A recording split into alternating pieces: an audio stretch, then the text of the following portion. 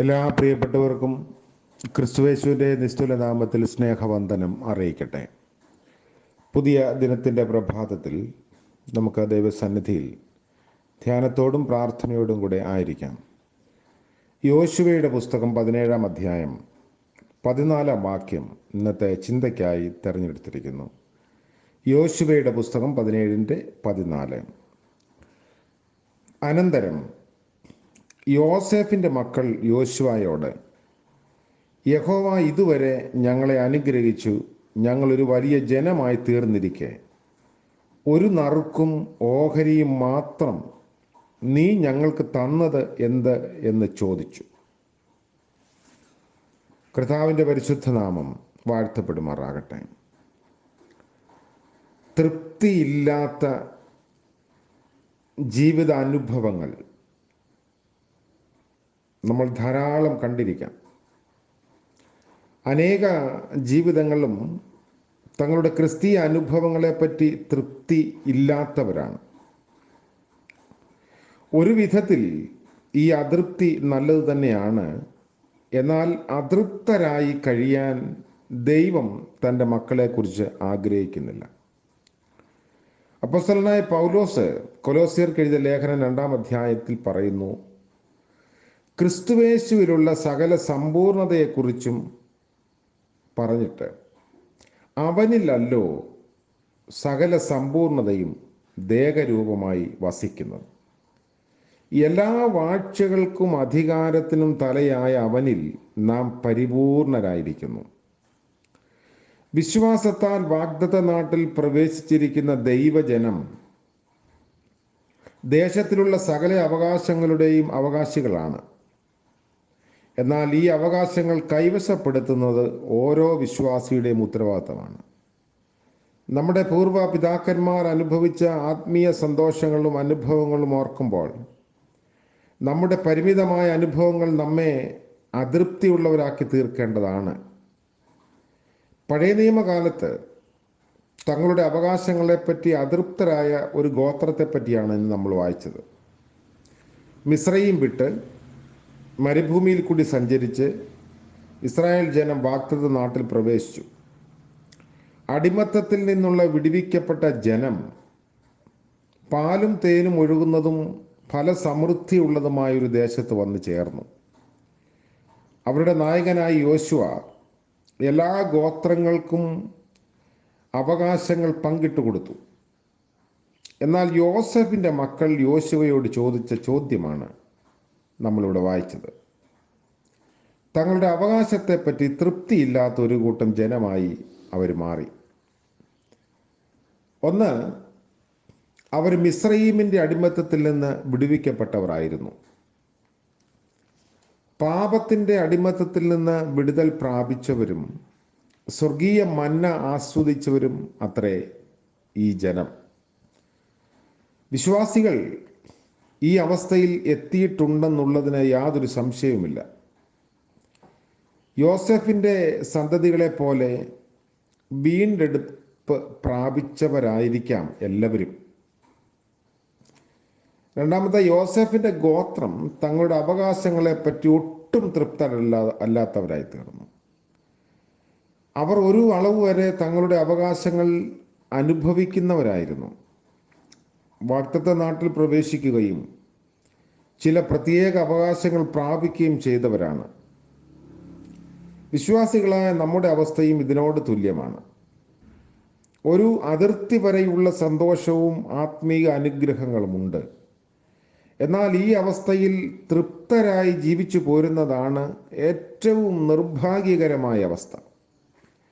യോസേഫിൻ്റെ ഗോത്രം തങ്ങളുടെ നിലയെപ്പറ്റി യോശുവയോട് പറയുന്നത്, ഞങ്ങളൊരു വലിയ ജാതി, ദൈവം ഞങ്ങളോട് കൂടെ ഇരുന്ന് ഞങ്ങളെ അനുഗ്രഹിച്ചു.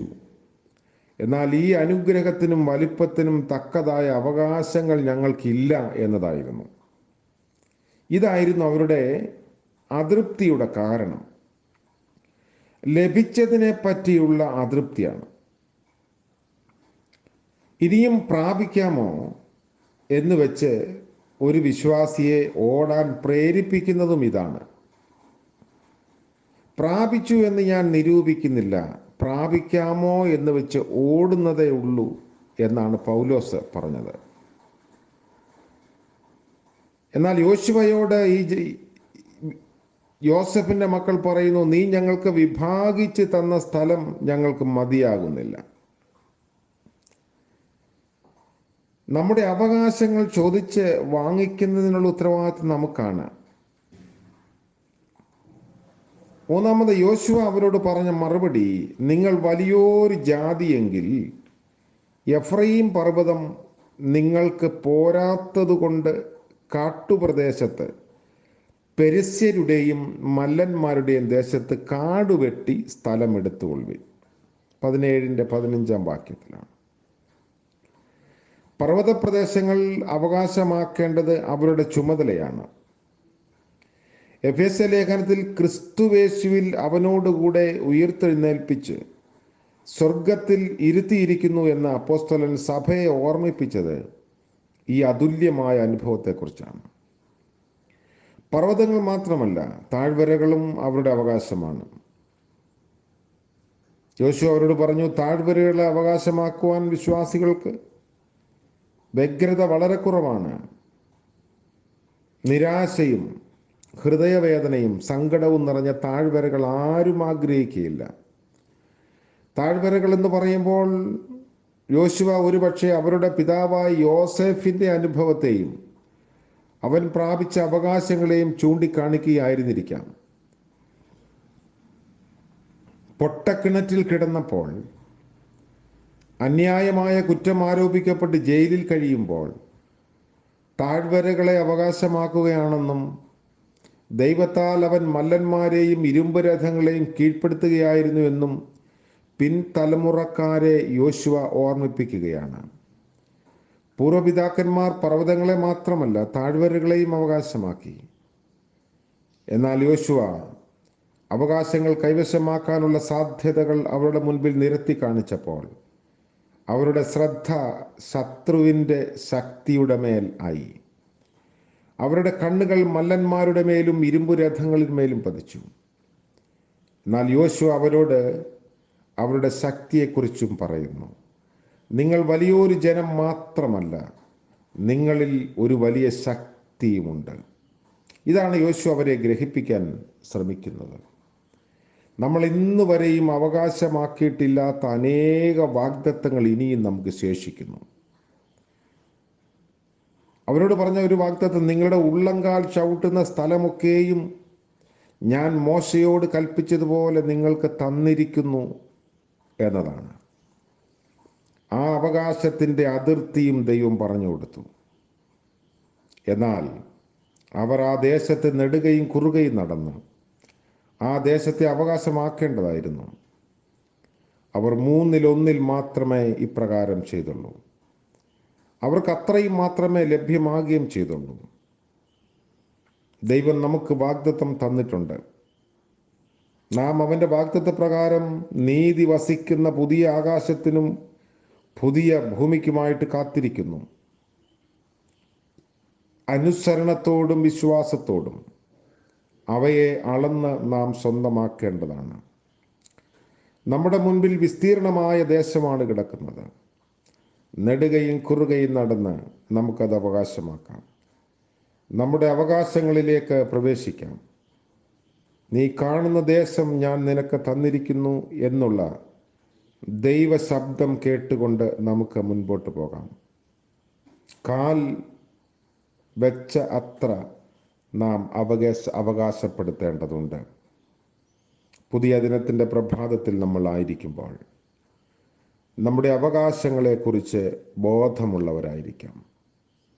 മിസ്രയീമിൽ നിന്ന് വിടുവിക്കപ്പെട്ടു എന്നത് അല്ല, അവകാശങ്ങൾ നേടിയെടുത്ത് കഴിഞ്ഞുവോ എന്നത് പ്രധാന ചോദ്യമാണ്. ഇന്ന് നാം നിൽക്കുന്നത് മിസ്രയീമിൻ്റെയും മരുഭൂമിയുടെയും അതിർത്തിയിലാണോ? മരുഭൂമിയുടെയും കനാന്റെയും അതിർത്തിയിലാണോ? നമുക്ക് ദൈവം തമ്പുരാൻ ക്രിസ്തുവേശുവിലൂടെ ലഭ്യമായി തന്ന ആ സ്വാതന്ത്ര്യവും അവകാശവും പ്രാപിച്ചു കഴിഞ്ഞുവോ, അതിൻ്റെ മധുരം അനുഭവിക്കുന്നുവോ എന്നുള്ളത് വസ്തുതാപരമായ ഒരു ചോദ്യമാണ്. ഇല്ലെങ്കിൽ നമുക്ക് ക്രിസ്തുവിൽ കൂടെ നൽകിയിരിക്കുന്ന രക്ഷയെ ആസ്വദിക്കാൻ ആഗ്രഹിക്കാം. നമുക്ക് പ്രാർത്ഥിക്കാം. കാരുണ്യവാനായ ദൈവമേ, സ്വർഗീയ പിതാവേ, അനുഗ്രഹീതമായ മറ്റൊരു പ്രഭാതം കൂടെ ദാനമായി നൽകിയല്ലോ. ലഭിച്ച നിദ്രയ്ക്കായും വിശ്രമത്തിനായും സ്തോത്രം ചെയ്യുന്നു.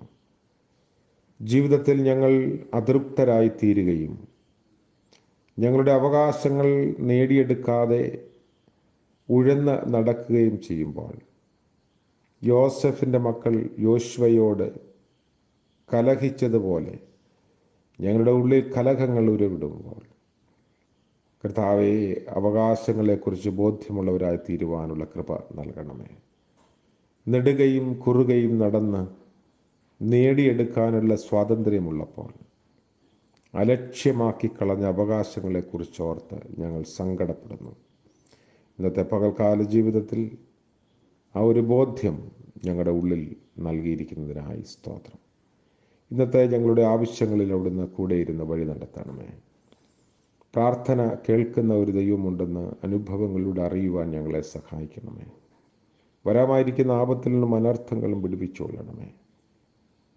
ഞങ്ങളുടെ ദേശത്തെ അവിടുന്ന് കാത്തുകൊള്ളണമേ. മഴ കെടുതി മൂലം ദുരിതം അനുഭവിക്കുന്നവർക്ക് അവിടുന്ന് ആശ്വാസമായി തീരണമേ. പ്രകൃതിയെ നിയന്ത്രിച്ചുകൊള്ളണമേ. ഇന്ന് ജന്മദിനം ആഘോഷിക്കുന്ന പ്രിയപ്പെട്ടവർക്ക് വേണ്ടിയും വിവാഹ വാർഷികം ആഘോഷിക്കുന്നവർക്ക് വേണ്ടിയും പ്രത്യേകമായി പ്രാർത്ഥിക്കുന്നു. അനുഗ്രഹത്തിൻ്റെയും നന്മയുടെയും സന്തോഷത്തിൻ്റെയും പുതിയ വർഷം നൽകണമേ. അവകാശത്തിൻ്റെ അതിർത്തി വിശാലമാക്കാനുള്ള കൃപ നൽകണമേ. യേശു മശിഹ മൂലം പ്രാർത്ഥിക്കുന്നു.